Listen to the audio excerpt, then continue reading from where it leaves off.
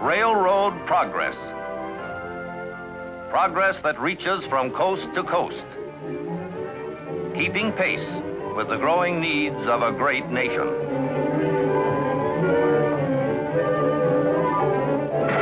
Progress is writing a new chapter in railroad transportation.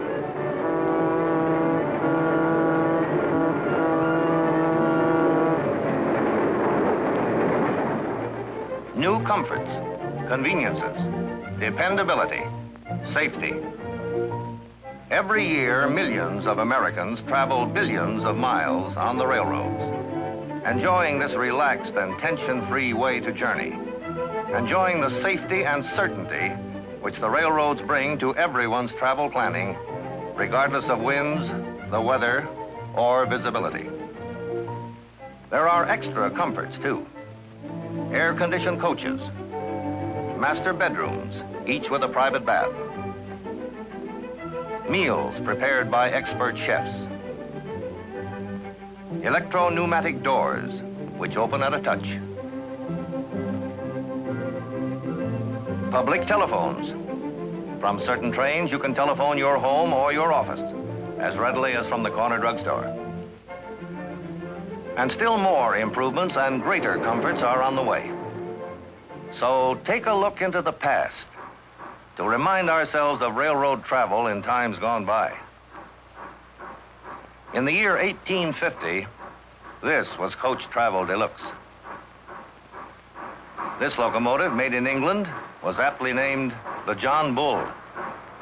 Powerful for its day, it consumed a lot of wood, had a big appetite. The train crew and the passengers often had to stop along the way to restock the woodpile. To put the brakes on, the engineer only had to holler his head off to the brakeman in his shelter on top of the tender. Yes, this is how the iron horse got its start. Today, the modern iron horse numbers in the thousands. From one part of the country to another, freight and passenger trains are hauled by powerful locomotives. This one, a twin-unit diesel, delivers 3,700 horsepower. Every locomotive, whether diesel, steam, or electric, comes in for a checkup after every trip. Let's go along. We'll find progress here, too. The workmen and technicians take over. Some inspect and service the undercarriage and trucks. Others attend the big diesel engines. The diesel engines turn the generators, which make the power for the electric motors which drive the locomotive.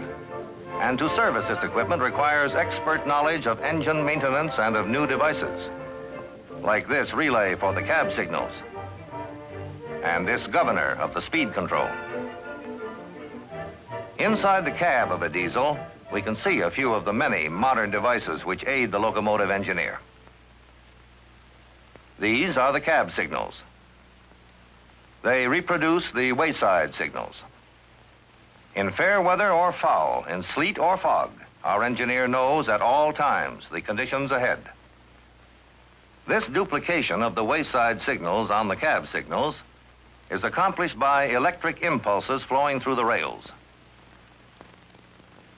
Right now, the signal in the cab reads clear. But let's assume the next wayside signal shows a less favorable indication requiring a reduction in speed. The instant our locomotive passes this next signal, its indication is picked up by the cab signals. It is less favorable, and so a warning whistle sounds. And, cautioned by ear as well as by eye, our engineer reduces speed.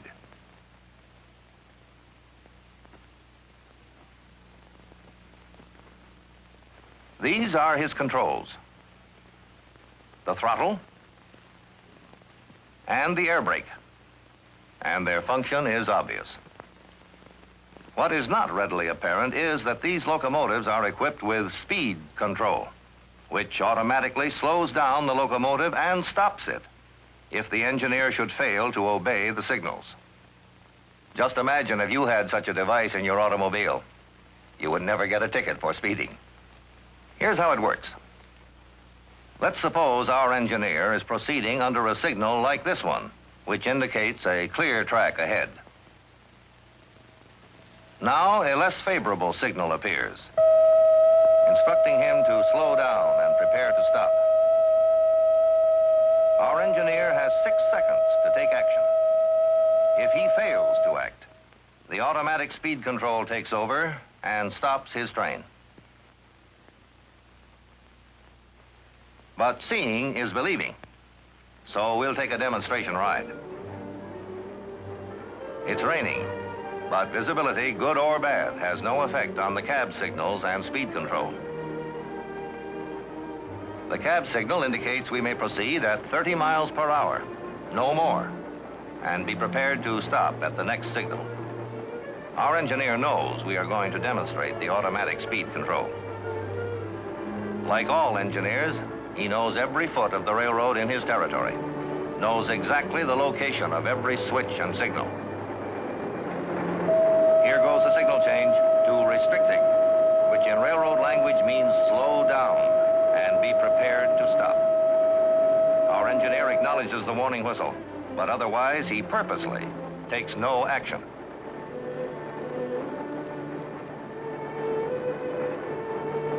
There goes the automatic speed control. Down, down goes our speed to a stop. Another feature of this safety device is this tape, which furnishes a graphic record of the actual speeds maintained during the entire trip. This point on the tape shows the stop we just made when we demonstrated the automatic speed control. Now we are underway again, and others along the line, too, are reporting and recording our progress. Listen. Mifflin Signal Tower calling engine 5863 West. Over. Engine 5863 West, answering Mifflin Signal Tower. Over. You seem to have made an unscheduled stop. Over. Yes, I've been demonstrating the automatic speed control. We have some moving picture fellows with us. We'll be passing your tower in about 2 minutes. Over. The radio telephone has added to railroad safety and efficiency. Installed in passenger train locomotives as well as in freight locomotives, it furnishes a constant link of communication between engine and signal towers along the route, from one train to another, and between locomotive engineer and crew members riding the caboose. Another safety device, the dragging equipment detector. This device is tied in with the signaling system. If it were broken by anything dragging over it, its braking will cause a stop signal to be displayed ahead of the train. Work on rail and roadbed is another chapter in railroad progress. Pulling spikes, driving spikes, taking up on bolts and nuts, adjusting rails, tamping ballast. All these are important steps in maintaining a safe roadbed for a smoother, more comfortable ride. But it takes the know-how of trained men and a lot of special machinery and equipment. Here is a whole train of specialized equipment for cleaning ballast.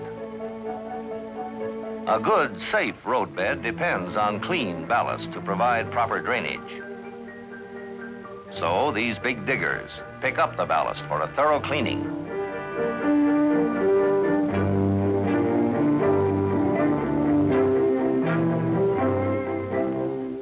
The clean ballast is returned to the track by the machine.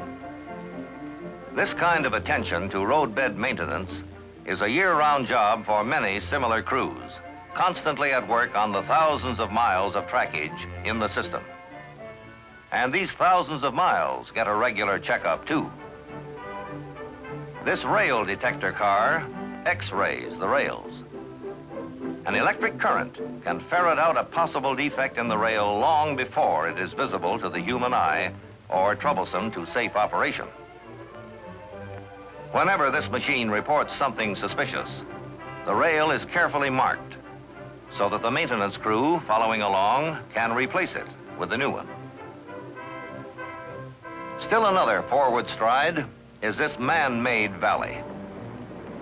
This huge cut, and others like it, were sliced out of the mountains near Steubenville, Ohio. It is one of many road improvements being carried out to keep ahead of the ever-expanding needs of industry and commerce. This new route eliminates 4 tunnels, like this one, moving today's bigger cars and bigger loads without time lost in transit. An important service and economy provided by a system that handles more than 2,000 freight trains every 24 hours.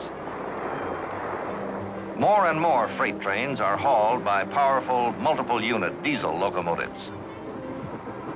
Their greater flexibility of operation has made an important contribution to railroad progress, so that today, no other means of transportation can equal, over long hauls, the economies and speed of freight.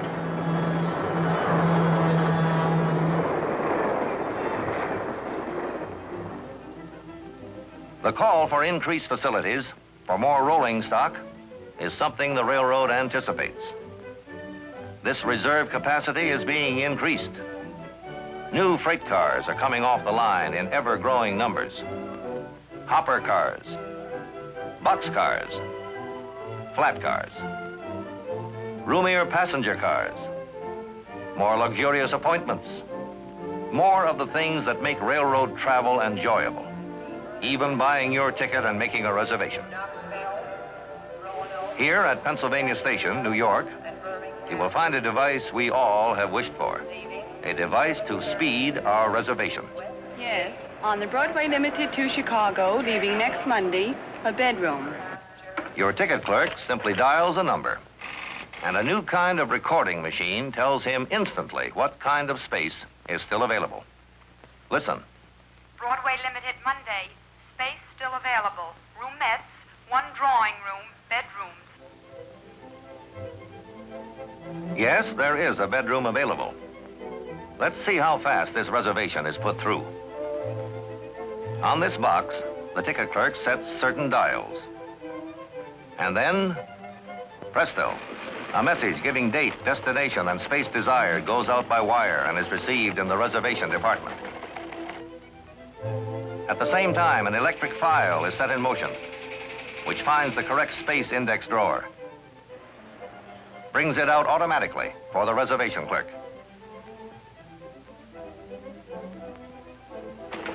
The transaction is then confirmed by telewriter. This new system is now being installed in many of the principal cities along this railroad. Yes, there is always something new coming along in railroading. New services, new conveniences for millions of Americans, old and young, eager to travel, eager to ride on some of these famous trains. The Broadway, the Spirit of St. Louis, the Trailblazer, the Iron City Express, the Pittsburgher and the Clevelander, the Statesman and the Senator, the American, the Jeffersonian, the Liberty Limited, the Congressional, the safe way, the sure to go and sure to get there way, to see America and to see our nation's capital.